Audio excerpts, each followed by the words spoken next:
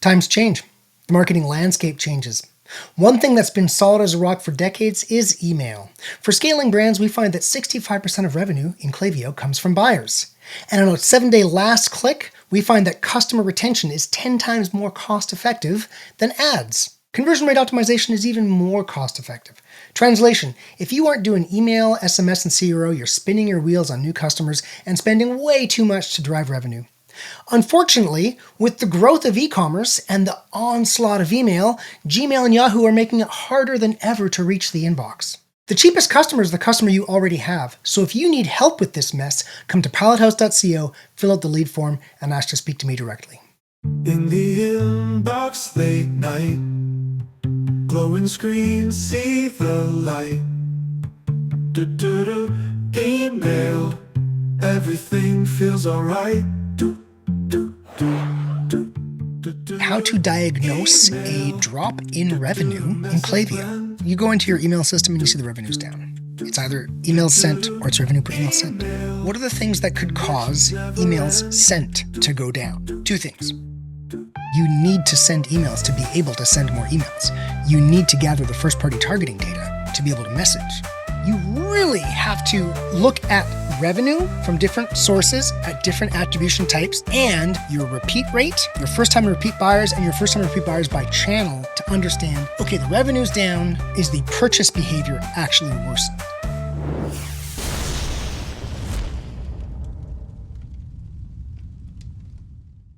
It's the world's best email retention podcast, and I'm your host, Jordan Gordon. We are a member of the DT's network of podcasts and the philosophical home of the Pallet House email and customer retention team. If you want to make the sweet nectar of low-cost revenue a large part of your digital ecosystem, then follow us on your favorite podcast app today. This time we'll go through how to diagnose a drop in revenue in Klaviyo. First, let me just high-level walk you through. If revenue's down, it's either emails sent are down or revenue per email sent is down. Within those, there's a hierarchy. There's a hierarchy of things that could cause the revenue per email sent, which is often relevance or maybe some technical factors, to go down. And there's a variety of things that could cause emails sent to go down. So we'll go through those. Also, you do have to make sure that when revenue is reported as down, that purchase activity is also down. And so we will go through a little bit of an attribution chat at the end of that.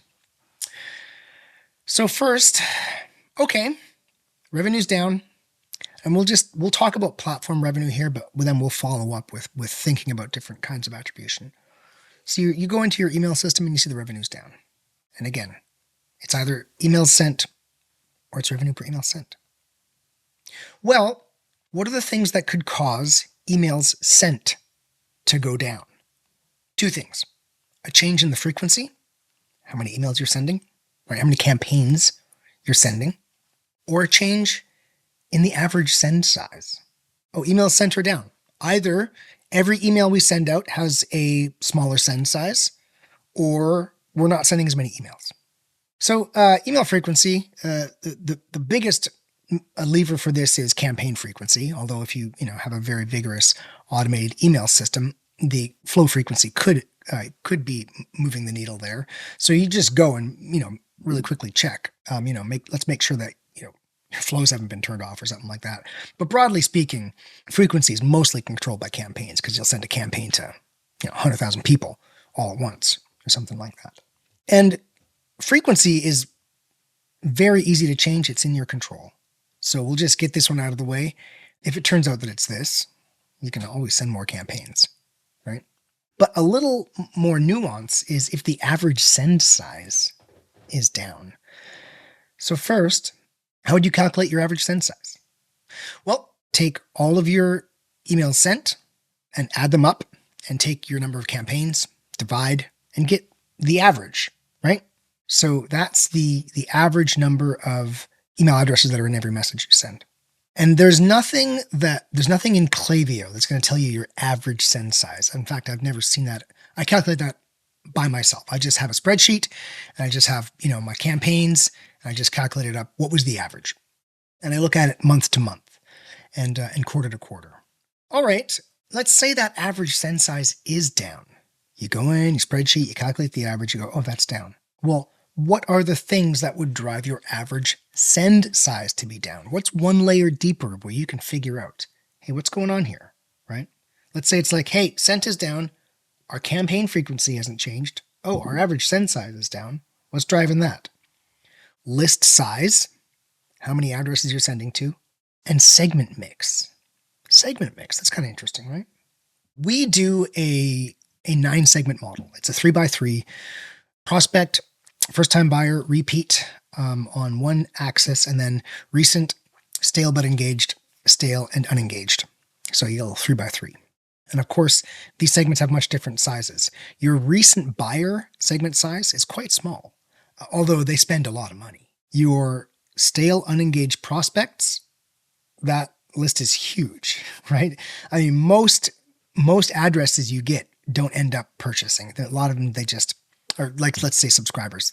Many subscribers go through, do the welcome email, and then don't end up purchasing. And so, you'll see on kind of your average list that you look at, something like half of the addresses are going to be, or 40%, whatever, are going to be just stale prospects, old addresses kicking around. By the way, you should message them way less often than you message repeat buyers, because your repeat buyers are going to spend. Your still unengaged prospects are going to drive down your inboxing because they don't engage. We'll get to that in a little bit when we get to relevance. When we think about this segment mix, okay, I just said some segments are small, have really big results. Some segments are big, have really small results. This is totally normal, right? Less qualified and more qualified addresses. Well, that mix can change if you're using a multi-segment model.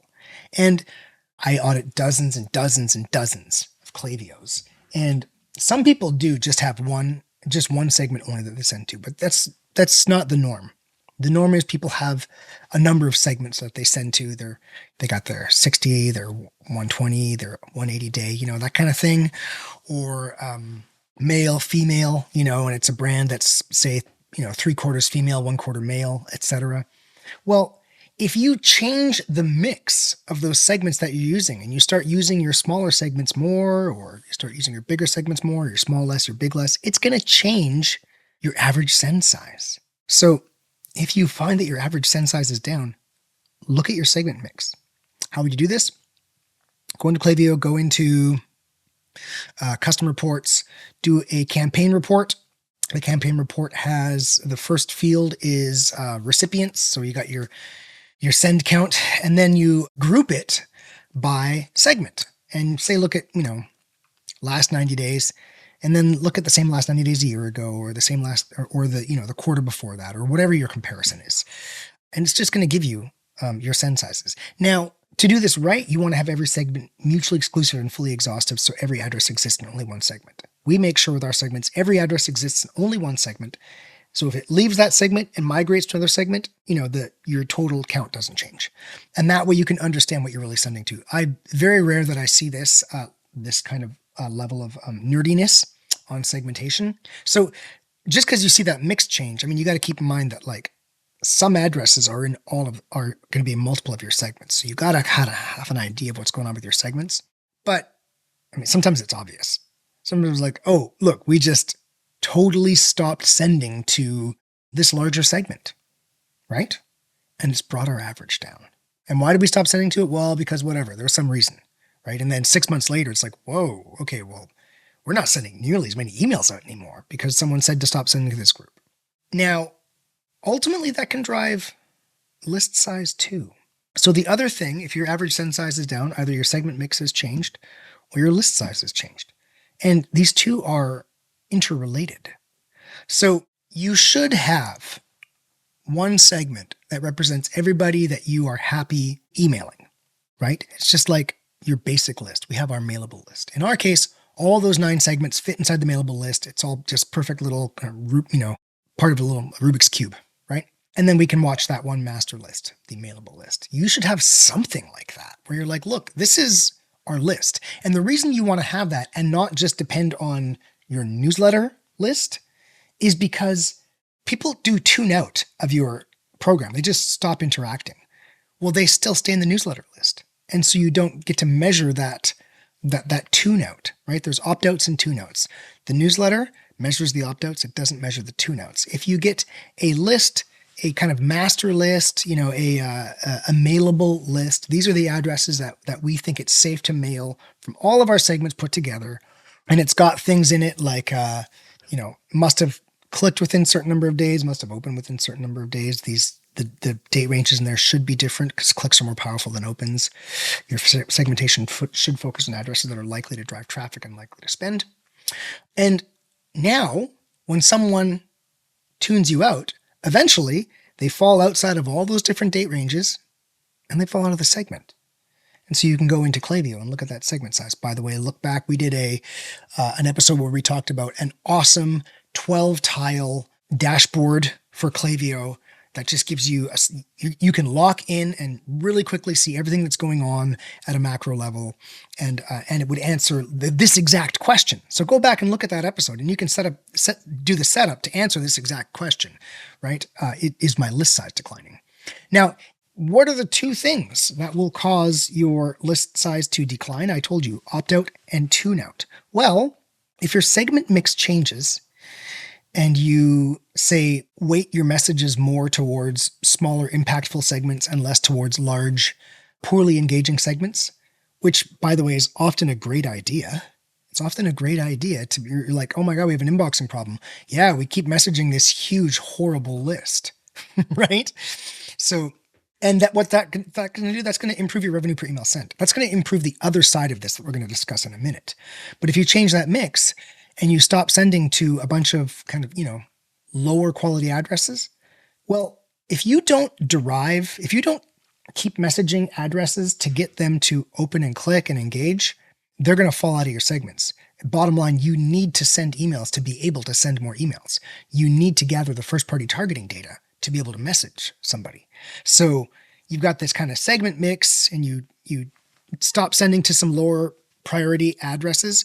Well, either one, accept that your kind of mailable list is going to decline in size, or you have to go back and start sending to that list again to keep them engaged, to keep the opens and the clicks, because they have to have clicked within a certain number of days or open in a certain number of days or purchase in a certain number of days. That kind of engagement window that you have, if you stop messaging them, they can't engage within that window and they're going to fall off your segments.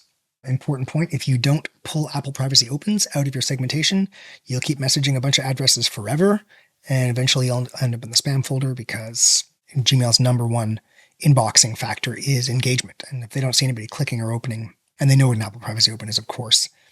So if engagement goes down, eventually end up in the spam folder. So recommendation is just, if I had to pick one thing, include Apple Privacy Open or just walk away from them, I would just walk away from them. Just walk away from someone who's only done an Apple Privacy Open.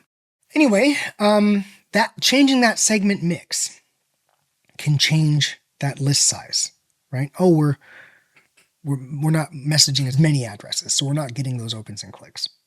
What else can cause that list size to go down? Well, we just talked about tune-out. The other is opt-out. Right? I made the mistake when I was very, very early in my email marketing career of thinking, I don't want to message too much because I'll drive too many opt-outs and then we'll lose that address and we won't get them to repurchase, in whatever, a year, 2 years, which is true. You need to keep people on your list. But if you don't have a high enough message frequency, you don't collect the opens, you don't collect the clicks, the visits, whatever it is, to keep them on the list. So they're still on the list in 2 or 3 years.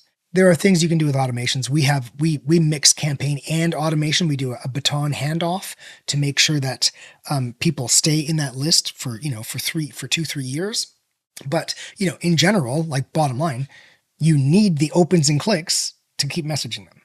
So you have to have a high enough frequency to get those. But if the frequency is too high, you'll get too many opt-outs. So there's this magic mix, right? The frequency is really high. If you get an opt-out rate of 1%, like let's say you start sending a lot of campaigns. Hey, we're sending 5 a week, right?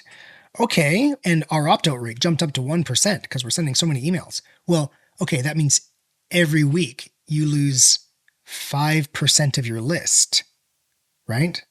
So 5 times 50 weeks, that's like 250% of your list a year. So you'd better be driving a whole lot of traffic and getting a whole lot of opt-ins to refill 250% of your list a year, right?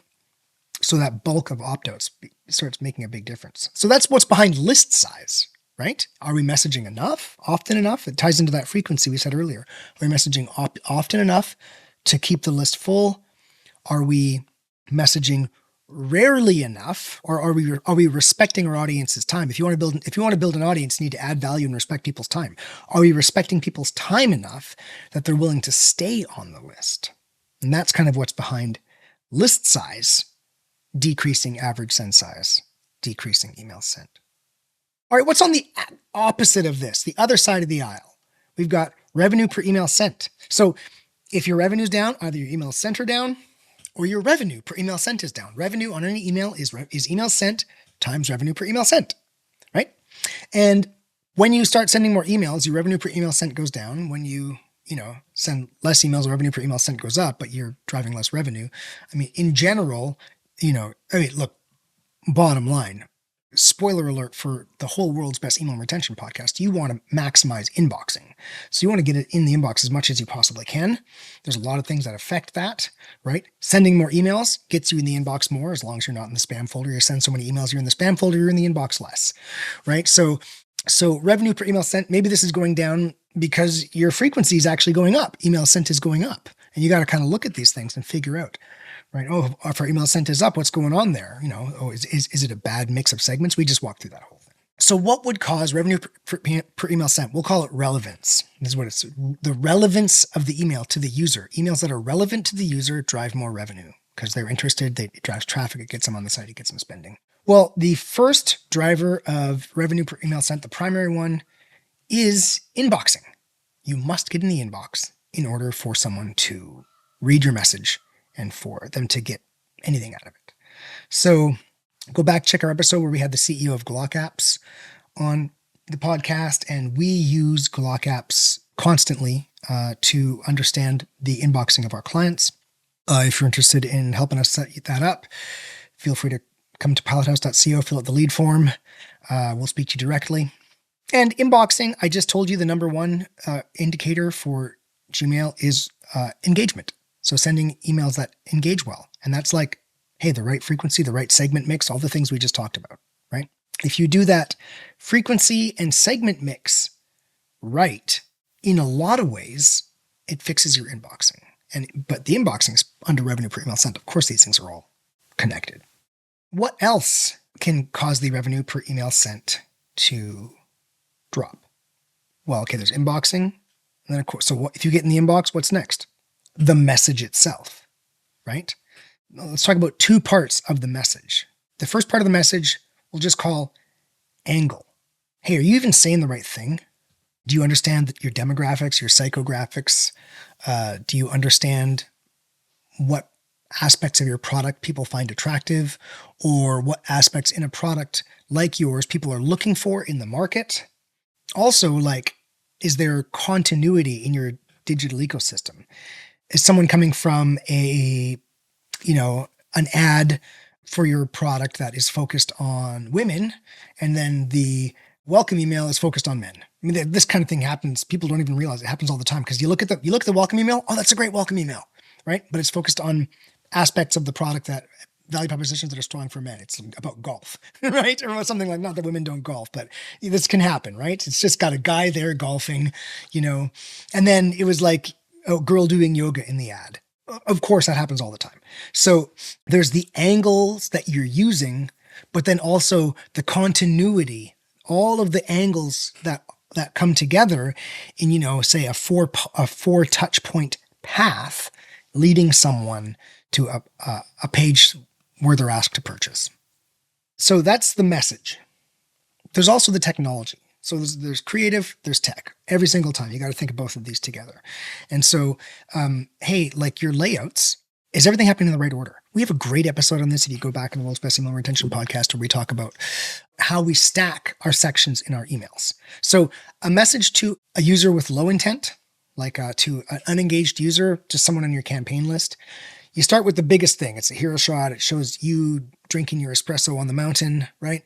And then you get kind of more exact. Hey, this is what's going on right now. And then maybe you actually get more exact and more tailored to them. Hey, here's some recommended products for you. You got your recommendations block at the bottom, right?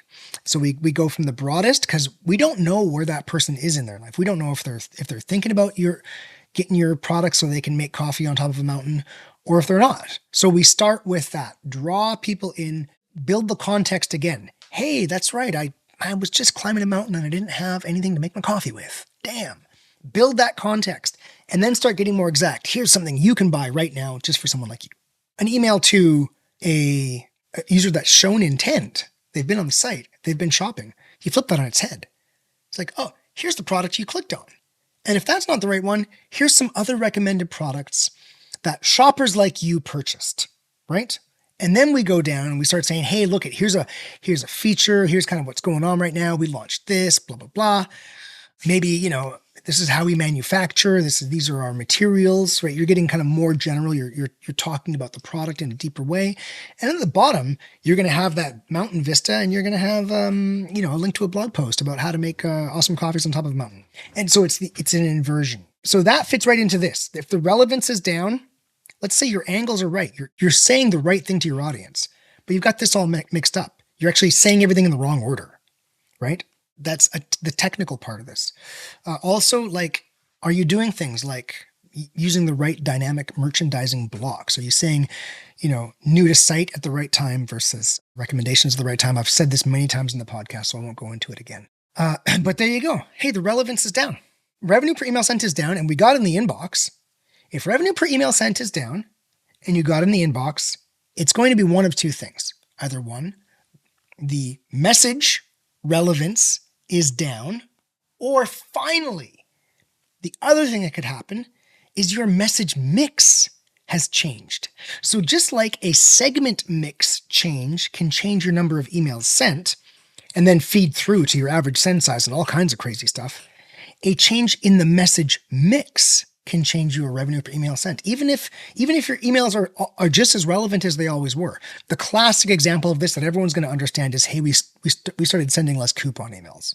We started sending less discounts. I mean, that's classic and super obvious, although important to think about, right? But broadly speaking, let's talk about 4 different message types. And I recommend everybody here, when you name a campaign, define its email class somewhere in there. Like you could just start with 4 characters to say, or 5 characters, launch, right? Feature, right? But spelt weird, so it makes 5 characters, whatever. You classify what that campaign is. So later on, when you drop it into a spreadsheet, you can make a pivot table or just sort it and look at, okay, what's the revenue per email sent, not just of my program? What's the revenue per email sent of my individual email classes? And how has that changed over time? I didn't mention this, but it's important. Klaviyo does not report on revenue per email sent. Klaviyo, it does for revenue per recipient on flows, but it doesn't on campaigns. It reports on placed order rate. We love Klaviyo. I've used like a dozen different, email senders in my career. Klaviyo it's awesome. But obviously some things, man, could you give me revenue per email sent on my campaign? Just like right there. I want to see it everywhere, right? They give you placed order rate, and then you have to multiply that by the AOV. And then you've got to know, well, did my AOV change, right? Anyway, you would want to classify your different campaign types, your different content types. Say a launch, which is a new, stuff that you've just dropped, usually has huge revenue per email sent.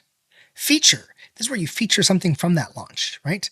Well, you know what? Actually, usually the revenue per email sent is lower, because it's no longer got newness. Newness is huge, right? It hasn't got newness. It hasn't got a deal. So generally the engagement's lower. A lifestyle message. This is where it's like, hey, we do pots and pans. Here's some recipes, right? We do products for detailing your car. Here is, a link to a video on our site so we can get a site abandoned from you. That, talks about tips for detailing your car. Well, those tend to have lower sell-through. They're important though. I'll say that email class is important because you want to have an email type in someone's inbox that they look forward to. Like every week there's a style tip. Oh, I want that style tip because it's really, really, really good. It's always designed well. It's really thoughtful. You want to have that because that actually increases the engagement of all of your email classes, because more people build a habit of looking at your emails. So they just look at other ones that come in, and then you get more traffic. So it's important to have this lifestyle class, and it's important to stick to it. Pick a lifestyle topic and run it long enough that people can make a habit. People can start looking forward to it. You got to make a decision and run it for 6 months to know how it's affecting your digital ecosystem. But the individual class has a lower revenue per email sent. And then, of course, coupon, discount, bundle, deals have a massive revenue per email sent. So, of course, if you just change this mix and you start sending, way more features and you start launching less, you introduce this lifestyle, and it takes time for it. Like if you introduce that lifestyle and you run it really well, you're going to see the campaign click-through rate of your program just go up. But that takes time. So, hey, the revenue per email sent is down.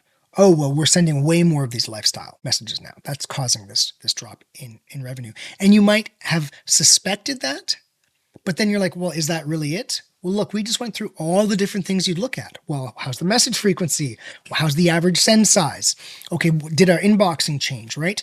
How is the relevance of messages? And then you'd look at the message type. How is the relevance of each of these message types? Okay, well, features are having the same revenue per email sent, right? Our launches have the same revenue per email sent, and we've introduced these lifestyles. Okay, clearly, in this case, we just ran through the lifestyle is what's bringing down your revenue per email sent, and thus bringing down your revenue. That's how you would kind of diagnose this. And that wasn't necessarily a bad thing. That might have been an expected drop in revenue. Look, we'll finish off quickly, just a few moments to talk about, okay, reported revenue is down. Is buying activity down? I've discussed this ad nauseum in previous episodes. You can go check it out. But Klaviyo attributes opens, attributes revenue based on opens. Many senders do. And they all attribute revenue from Apple privacy opens, which are not real opens.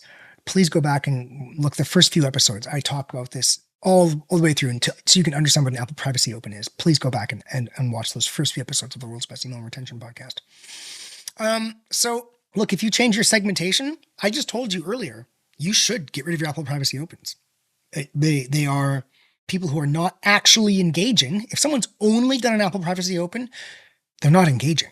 You want to get them out of your list because it's actually making you look bad to Gmail. Well, okay. If you do that, you could get a dip in platform revenue, right?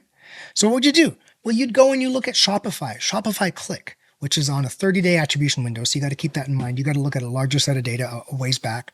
Shopify is a big attribution window, but its channel stuff is based on click. You go and look at Klaviyo in there and the revenue and, kind of what share of Shopify revenue is Klaviyo versus platform revenue divided by Klaviyo. And you get an idea for, okay, well, is Shopify Click revenue also down? And then you can go in there and you can look at linear. So, okay, that was like last click. Well, let's also look at linear. Is Klaviyo linear attribution down? And let's just say, hey, we're doing a big reactivation push, and we're properly bringing addresses from 2-3 years ago back in. They come, they open an email, awesome. They get back in campaigns, right? Hey, look at right. They're back in play. They click on an email. It triggers their your meta retargeting, and they buy through the meta retargeting. Well, if you don't look at linear attribution, you're not going to get that, right? And so let's say, hey, we're doing this big, proper reach back and doing less of just spamming the hell out of someone in their first 2 weeks. We're not chasing the same dollar. That's called not chasing the same dollar. You want to spread the peanut butter evenly across the toast. You want to make sure you're hitting everybody in your audience. Everybody in your audience must get impressions for your brand. So you do this rebalancing. If you do this rebalancing, it's going to bring down your platform revenue because your Apple privacy opens were attributing every single one of those addresses that came through the top of the funnel, although you already paid all this money to advertise them. They had so many impressions, whatever. Many of those people purchase even without clicking on one of your emails because of the way the attribution works. So you bring that down, it's going to bring your platform revenue down. You do that long reach back, someone gets one of those emails, clicks, gets back, and they, hey, we haven't been in these ads forever. Suddenly you're in Facebook. They haven't been in your Facebook or your Instagram forever. And they convert on that. What we just described, which is the right way to market with email, speak to everybody, Don't chase the same dollar. Drive up domain revenue without driving up advertising revenue so that you can improve your marketing expense ratios and unlock money to invest more to grow your business. I just described to you how that would actually make your platform revenue go down, even though everything in your digital ecosystem is working better. It's like, hey, Meta's doing really good, right? So look at your platform revenue, look at your Shopify last click, your Shopify even. Also, just look at you can look at Klaviyo first time Klaviyo repeat buyer to get an understanding. You want to have, if a majority of your Klaviyo is repeat buyers and that's going up, that's a good thing, right? It means you're moving your mix towards retention. And so, if you're like stealing less clicks from elsewhere in the business and just grabbing more click attribution, but you're increasing the amount of business that you're driving from existing buyers at a low cost. Well, if your Klaviyo revenue went down a bit on that, even in Shopify, but that repeat buyer percentage went up, that might represent the positive outcome of you starting to market correctly. Because you're just stealing less attribution by getting clicks from stuff that just came in the top of the funnel. So the final point, you really have to look at different revenue from different sources at different attribution types, different attribution models, and look at your repeat rate, your first-time repeat buyers, and your first-time repeat buyers by channel to understand, okay, the revenue's down. Is the purchase behavior actually worsened? Right? Okay, that was a pretty cool episode. I hope everybody enjoyed it. And hey, entrepreneurs, executives, spammers, and webmasters, have fun spamming. In the inbox late night, glowing screens see the light. Email, everything feels alright.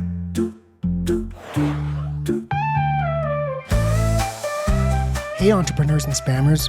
Remember, you can't scale without email, and the cheapest customer to acquire is the customer you already have. So please subscribe to the world's best email and retention podcast and learn how to make low-cost revenue a big part of your digital ecosystem.